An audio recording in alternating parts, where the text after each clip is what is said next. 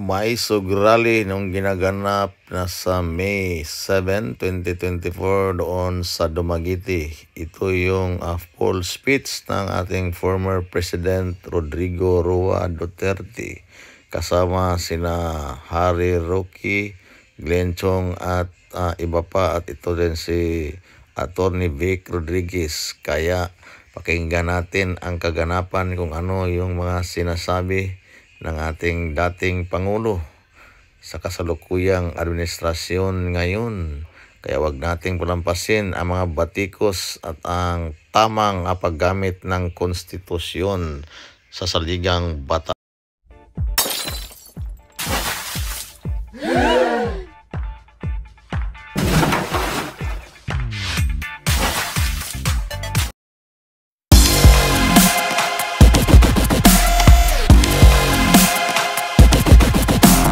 Dinansya ninyo sa City Council o Barangay Resolution or whatever, nandoon lang yan sa baba, malayo masyado ang konstitusyon. Why? Why? Sabihin ko sa inyo, pag wala itong konstitusyon, putang ina, maghiwalay-hiwalay tayo. Totoo yan, kami sa Mindanao.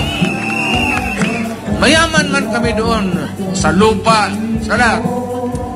So, ang aming buwis malalaki rin. Kasi ang Davao, ang Mindanao, ang development malawak. So, maraming pera ang gobyerno nakukuha doon. So, we can survive. Sabi nga nila, hiwalay, of course. But you know, ako dito sa Cebu, Danau ang tatay ko. Nanay ko, Mindanaoan. May konting, ako, Moro blood. But yet, I said, I'm forced to come out. Why? Because I love my country. Period. Kaya sinasabi ko, huwag lang ninyong galawin ang Pilipino, huwag lang ninyong lukuhin ang Pilipino, wala tayong problema. But once you start to magkakadimperensya talaga tayo. Repote, para Mindanao, lumilipad ako kung saan. At nag-rally naman kami sana sa mga lugar. Mind you, except for Cebu, and of course Davao, dito pa nakakuha ng permit. Although, ni-revoke kasi sa Freedom Park man sana tayo.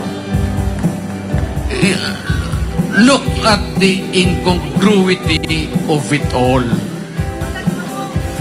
Tingnan mo naman ang Freedom Park, where we are supposed to air our view, our sentiments, at anong sa utak natin para sa kapwa-tao natin, para sa bayan, para sa lahat. Yan sana, kaya nga natawag Freedom Park. But what is very anomalous is that nandito tayo kay ang Freedom Park isirhan.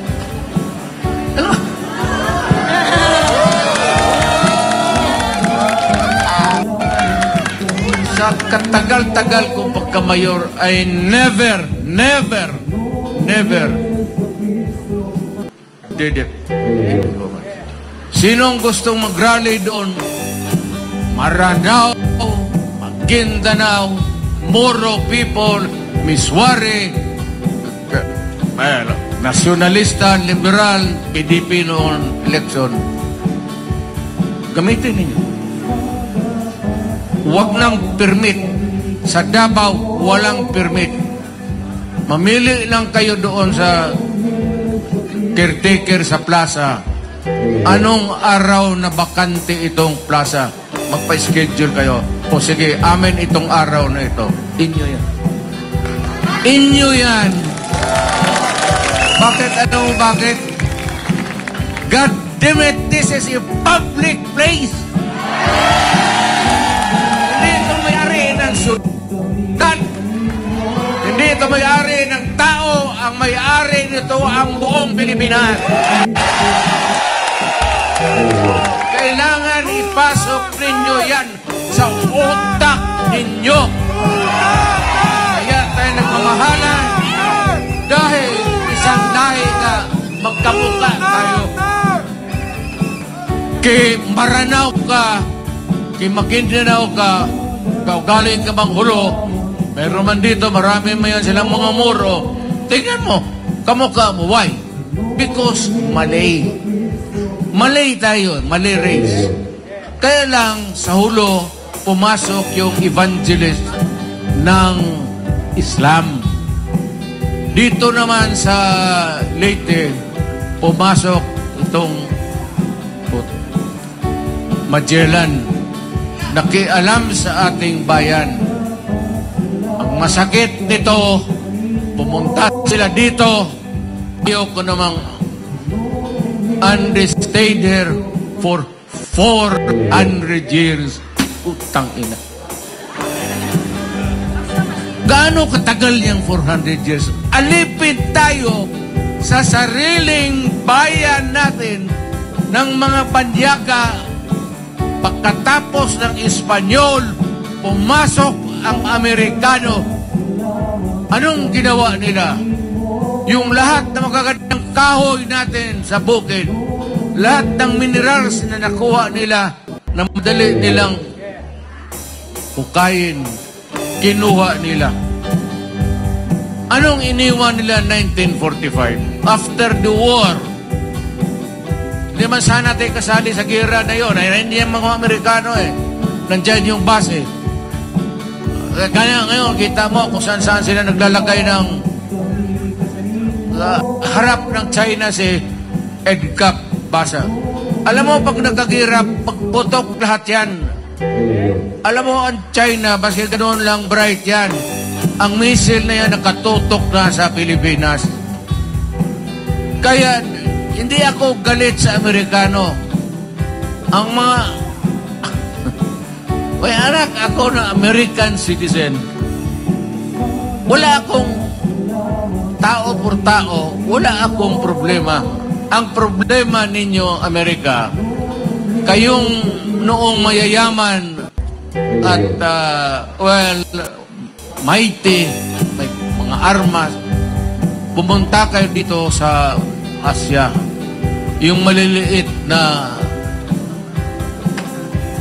kinuha ninyo, conquered and all. Yan ang history natin. Ngayon, okay lang. Binigyan tayo ng Independence Day. What? Thank you. But before I forget, pasalamatan ko, mahal ko to, alam nila, yung mga pulis na militar, maraming salamat sa inyo. Atin yan, maniwala kayo. Atin yung militar, pati pulis, sa tao yan. Hindi yan nakatutok kaninong umuupo dyan sa putang inang. Alam ko yan kasi galing ako sa Malacanang. Alam mo yung mga militar pati pulis, pag loko-loko ka dyan, iiwanan ka talaga.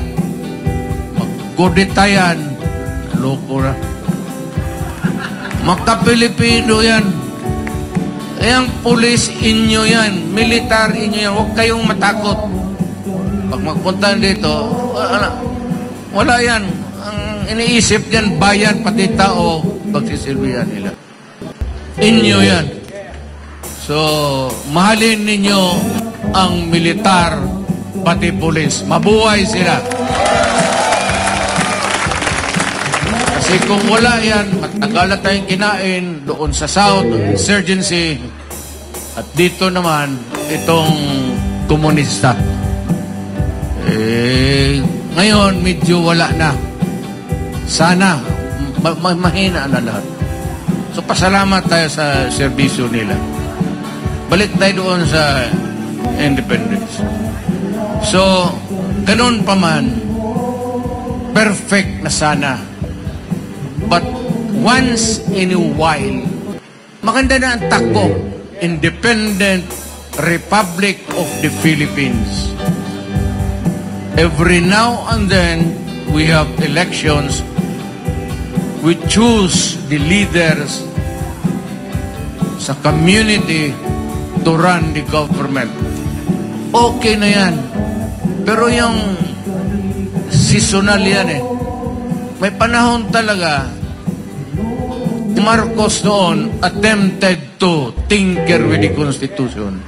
And then we had trouble. Kaya pumasok si Cory, at si Cory naman fixed it itong 1987. Pero ganun pa na marami ang pagkukulang. May pagka-anti kasi sa establishment eh. Hindi sa military pati police. But they were not happy with the police and the military.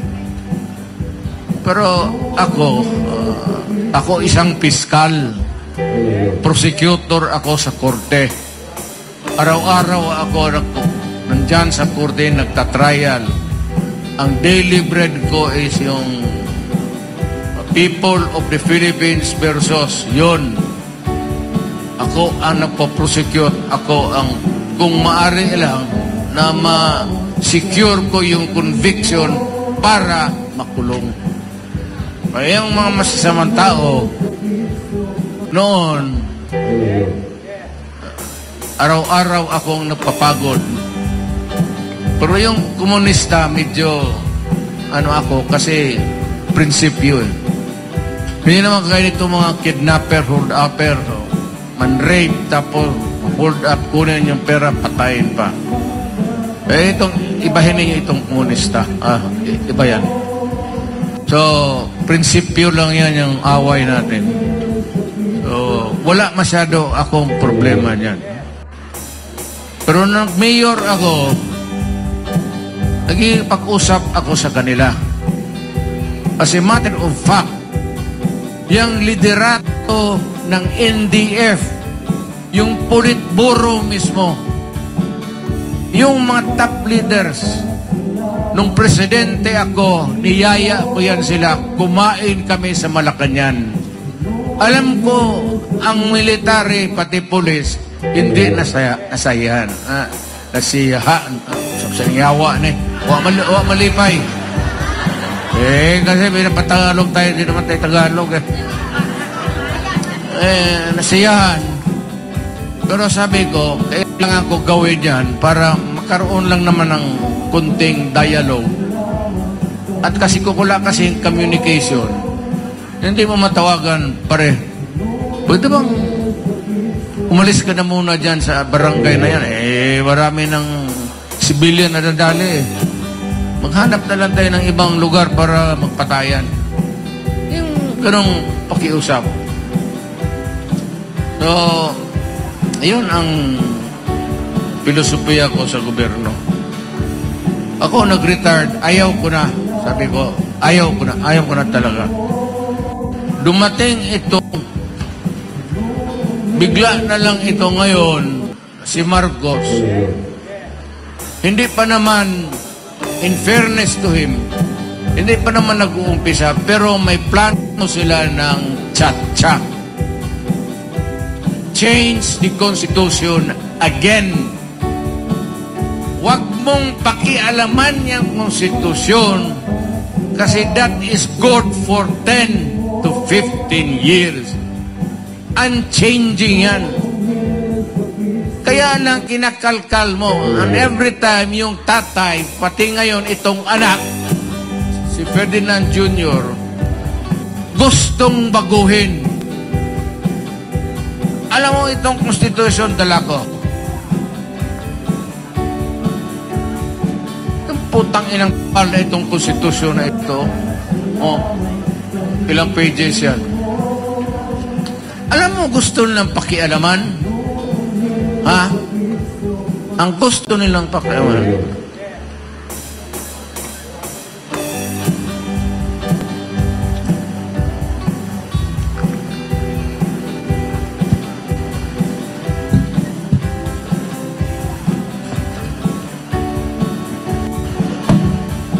bago sa lahat, palaala ko lang, lahat sa gobyerno, mayor, governor, o sino man, may page lang dito, ng yellow. Konstitusyon ito, makapal to. Ewan ko kung ilang pages. Pero itong linya na ito, this is the only thing that I would like to talk to you tonight. Okay, so ito lang yung relevant. Ito yung may connection lang kung bakit nandito tayo. Okay, pasahin ko. No law shall be passed abridging the freedom of speech, of expression, or of the press, or the right of the people to peaceably assemble, assemble and petition the government for the redress of grievance. Hindi nga talaga ito pinaano eh. Whether it is a park, walang reservation yan. You are not the owner of this katang government. Hindi mo ito o mo sabihin na ito para lang sa partido namin, di sa oposisyon o kalaban, anak ka ng puta. Yun ang pangrevolusyon. Because if you suppress or oppress the people and you do not give them an space to palabasin ninyong init nilang ulo nila, ang pasagit ang loob nila. Ay. Kaya nagkakaroon tayo ng ito, importante ito. No law shall be passed abridging, wag mong pakialaman, wag mong lechehan yan, the freedom of speech. Hindi ka pwedeng mapagilan. Pag sumobra ka, malibel ka. Alam mo, kung dito ngayon, kung magsalita ako, hindi mo ako tawagin mo ako Duterte. O ito lang pwede mong sabihin. Ito yung freedom of speech. Sabi ako nito, anong sasabihin mo? Basta may sabihin ako. Hindi mo akong pigilan because that would be censorship. Hindi mo pigilan. Ngayon, kung ano man sabihin ko dito na may nasaktan o may masalita ako labag sa batas, sedition, or inciting people to commit sedition, then inanda ako. But nung ka na hindi mo ako, you not allow me to do my speech. It's done over your fucking business. Gusto mo pagkatapos kung may nasaktan, di magdemanda kayo. The expression or of the press. Kaya importante yung publication. Hindi mo pwedeng, wag mong sabihin dyan sa newspaper, ito sabihin mo. At saka yung press, walang lisensya yan. Yan ang negosyo. Mag-printing press ka na, hindi ka kailangan humingi ng permit kahit kanino man. Ganon kahalaga itong konstitusyon na ito.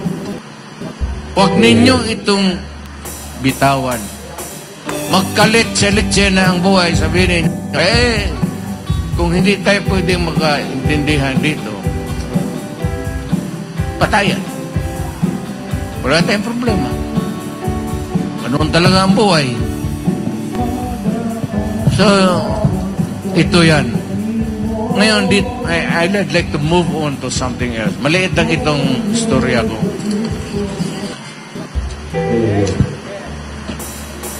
Ito bang tsa-tsa? Sabi ko yung konstitusyon na permanente. Hindi ang batas, ordinansya na palit-palitan mo kung ayaw mo o in maybe to attune to better times, the changing business climate, pwede yan, ordina niya. Pero itong constitution, wag mo talagang gawin ng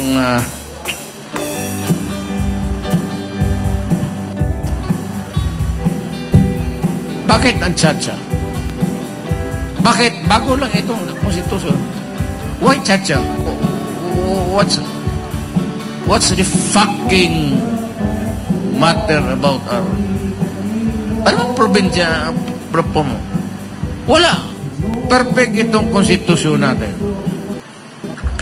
Ngayon, may isang page lang sila. This is Article 7 of the Section 4 of the Constitution.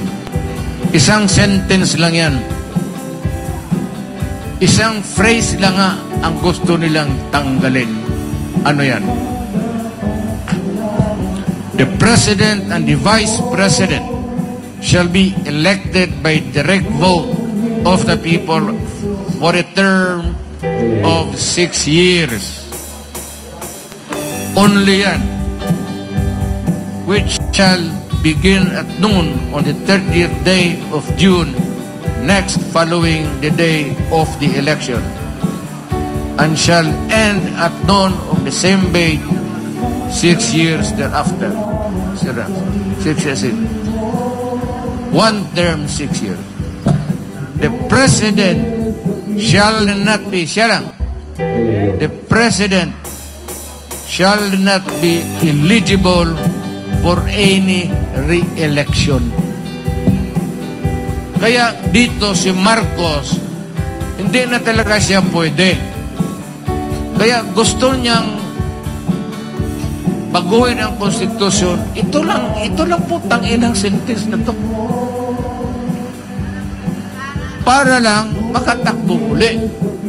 Kasi dito, eligible, the President shall not be, pwede, be eligible for any election.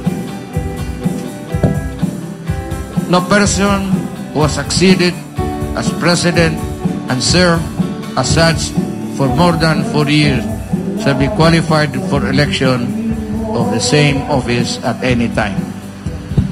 Ayaw ko man sabihin, masama ang leaves a bad taste in the mouth. Upload. Pero kaya ni Inday, kung mag-succeed siya at for 4 years siya ang maging presidente, hindi na rin siya pwedeng tumakbo. Basta ito nakalagay dito.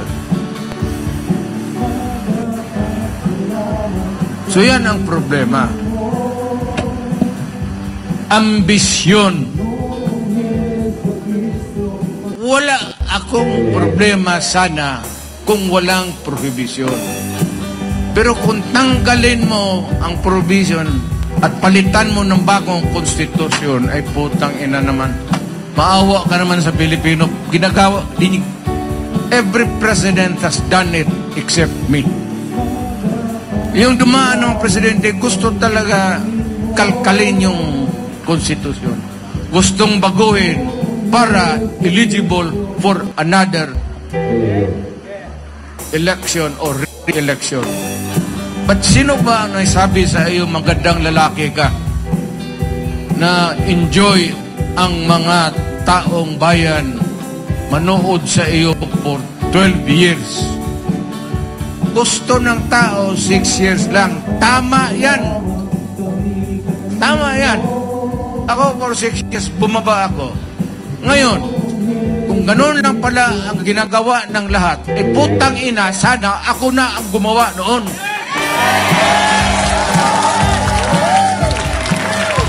At least ako abogado, hindi naman ako bright masyado, pero may alam ako. Ito, second year. Walang...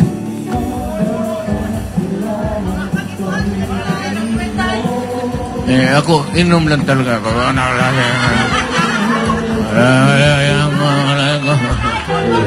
Pero pag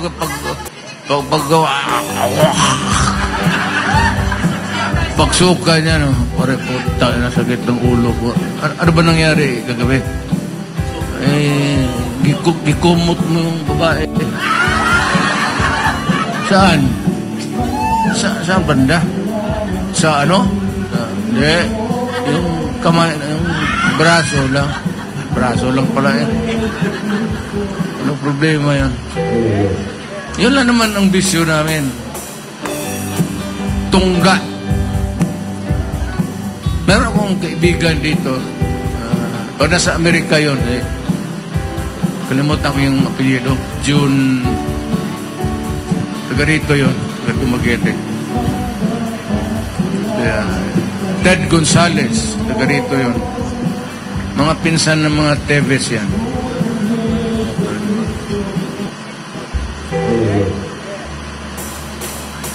Ako naman wala akong politika dito sa hindi ako nakikialam. Basta ako kung ano lang yung karapat-dapat na may ibigay ng justisya kay Teves, ibigay sa kanya. He is entitled to it as a Filipino. Yung ano lang binigay ng konstitusyon na karapatan niya.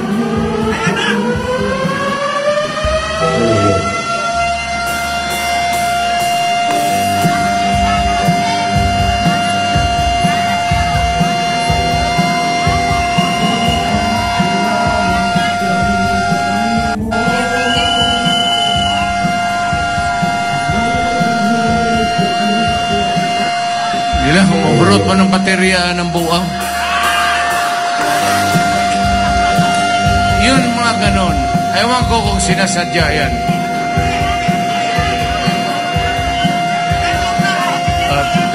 May Scorpio.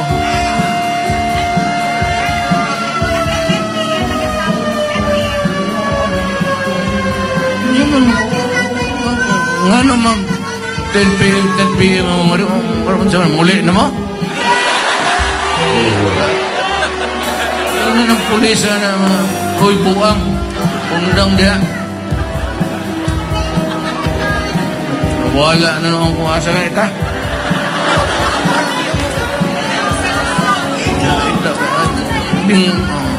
si Marcos ba I will not pass judgment kung anong ginawa niya, pero para sa akin ano man ang nagawa mo, anong klaseng diskarte ang pinakita mo sa Pilipinas, wala na ako masasabihin dyan. Ayaw ko nang mag-ano sa iyo. Yung qualification lang, kasi siyempre. Pero kung anong nagawa mo, kabutihan o kasamaan, hindi ko na pag-usapan. Ayaw ko, kasi dumaan rin akong pagka-presidente. Pagkahanang gwapa, gano'n sa Dumaguete. Dahang.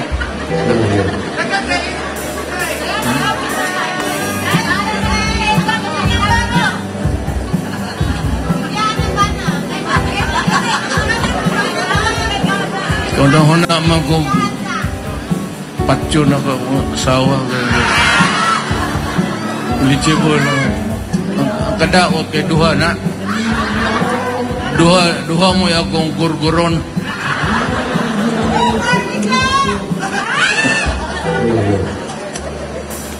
Kaya ako wala akong bongbong. Wala akong sabihin sa record mo, there will be always a time for reckoning. This is not an election. I will not pass judgment on your performance or in your performance.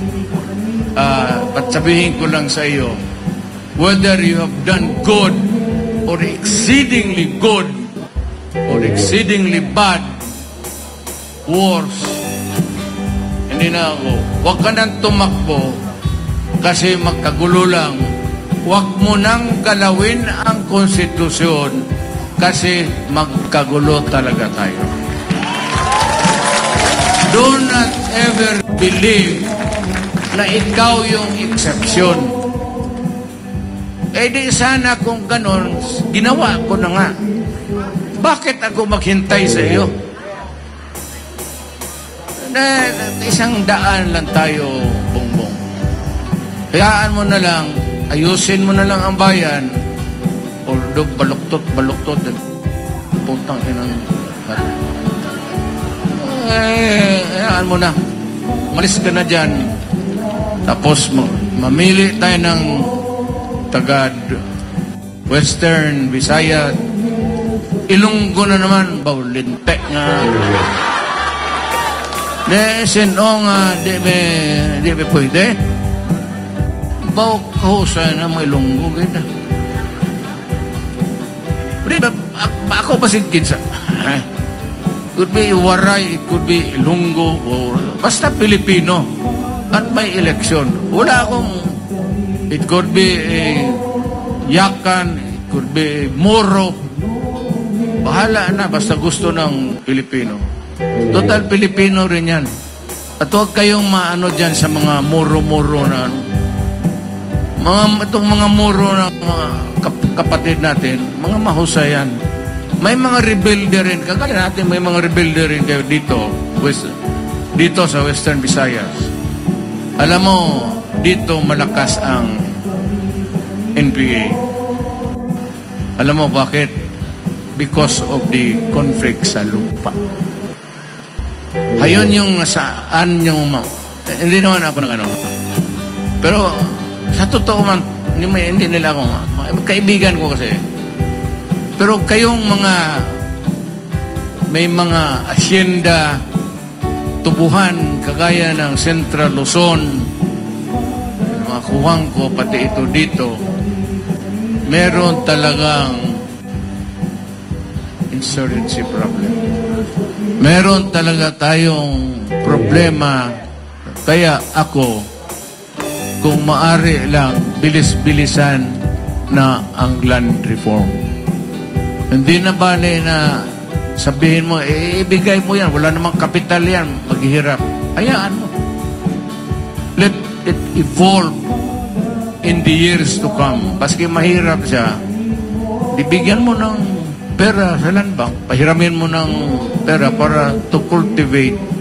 Kasi pag hinaros mo yung banana, malaki ang binibigay ng export earnings. But then again, the fundamental problem dito sa ating bayan, especially dito sa is itong lupa. Ibigay mo talaga as many as you can. Ako walang problema na presidente ako. Halos lahat public lands. Basta sabi ko, yung puno dyan, sinong may-ari niya? Medyo gubat. Siya may-ari yan, gobyerno. Sige, pasok kayo dyan, inyo na yan. Putulin ninyo. Sabihin ko sa gobyerno, linisan ninyo, ibigay ninyo sa tao. Bakit pa tayo maghintay ng... Why do we have to wait for what? Tapos nagnarami ang Pilipino. Tapos wala kang policy na clear. Kung ano ba ito mga lupa na ito, let it rot. Paano ito? Bigay mo na. Para mapakinabangan at makatulong sa pagkain, maski pagkain lang. Yun ang yung kunting kaligayahan. So, Bongbong Marcos, wag kang advice. Hindi naman kita iniinsulto, pero yung para sa akin, yung performance mo is or was until now and still is a dismal failure. Wala kang basta ikaw lang dyan sa itaas, puro ka English. Lumaki kasi sa Amerika, so maganda yung English mo kaysa akin. Well, anyway, even if I talk in English, there are a lot of things that we have to deal with. I can also talk in a way that they do, but bakit ako magpahipokrito? Bisaya man ako. So, wag kayong pumasok sa tsa-tsa at wag kayong pumayag. Kasi pag ginalaw yan, wala ng katapusan because they will open the Constitution. Ayan yung Constitution. Republic of the Philippines, 1987 Constitution of the Republic of the Philippines, Preamble. We, the sovereign Filipino people, imploring the aid of Almighty God in order to build a just and humane society and establish a government that shall embody our ideals and aspirations, promote the common good, conserve and develop our patrimony para lang sa atin. Huwag ibigay ba siya?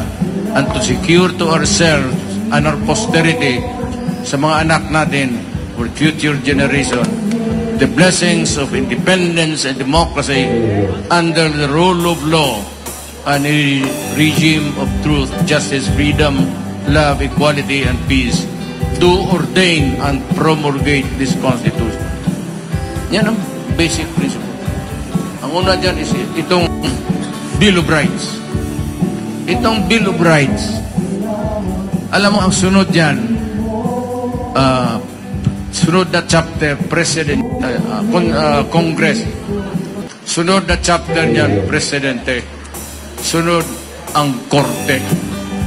Ang Bill of Rights, parang wall yan, na hindi itong Presidente, Congress, or Supreme Court kailangan sumunod ng Konstitusyon. Ito yan. It is the barrier. It is the protection of the people. Yan ang barrier. Kaya hindi mo basta-basta ano yan. Kaya, well, liit man itong lugar na okay lang. Sino yan? Sino yung monumento niyan?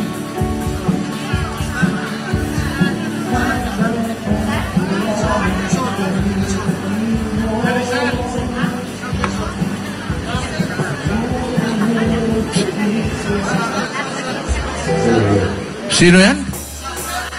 Si Rizal? Yung idol ko yan. Hindi ako pwedeng magpakamatay. Yan talaga. Alam mo, mahirap na isang tao, baski ako. Aywan ko kung kaya ko. Humarap ako ng firing squad para sa bayan ko. O, sa babae pa siguro pwede.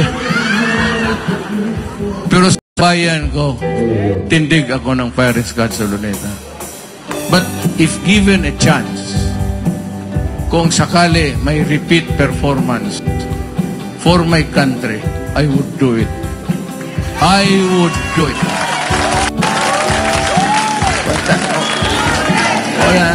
Lahat ng gusto ko, nakuha ko na.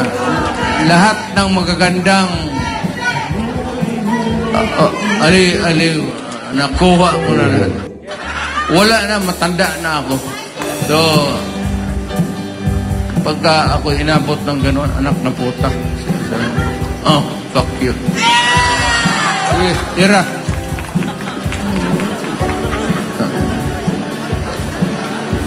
Believe ako kay Rizal. Buti dito tayo ng gano'n. Dito tayo ng yung Freedom Park ninyo. Public place man yan. At may mga truck ngayon, may mga barrier. I ask, what's the sense after? Anong ang makuha mo? Anong makuha ninyo na ginawa ninyo ngayon? Pag makita ko sa ibang lugar o baski ngayon, sipain ko kayo. Ay putang ina. Sampal ang maabot mo sa akin. Total matay. Kung magkasagutan tayo, parilin kita putang. Karami kong binaril na sos. DDL, kidnapper, hold-upper, droga.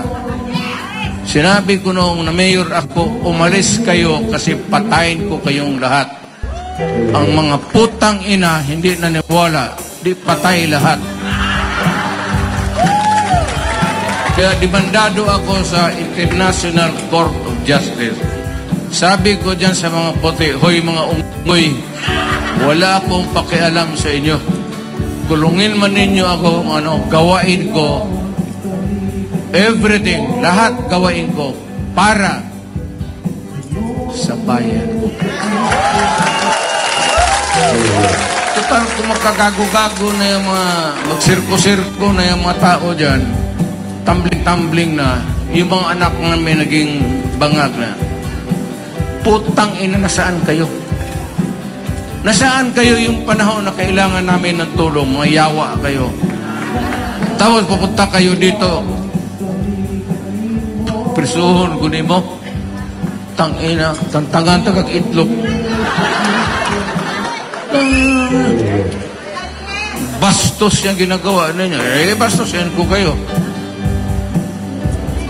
Huwag kayong magpa-alipin ng puti. Bakit sila pupunta dito tapos maghusga? Tangina. Anong nagawa nila sa akin? Sa atin? Wala. Pumunta sila dito, inakaw nila lahat. Europeans, Spaniards, Americans. Anong ginawa nila? What have you done for the Filipino to deserve even the slightest? Kaya ako sabi ko nga, bastos ko, fuck you. Wala akong pakialam. Pero sa bayan ko, putang ina, maniwala kayo, magpakamatay ako para sa inyo. Hindi na ako magtagal. Kayong bangka kong sinakyan, mahina yung bangka, no, layo ng Davao. Nagbangka mo lang ako.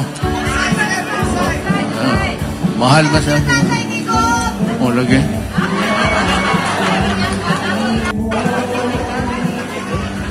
Sige, yung iba na magpaganda, magtapok kayo dito sa... dalhin ko sa Davao. Katayin ko kayo sa pag-ibig. Okay, mayang gabi. Salamat.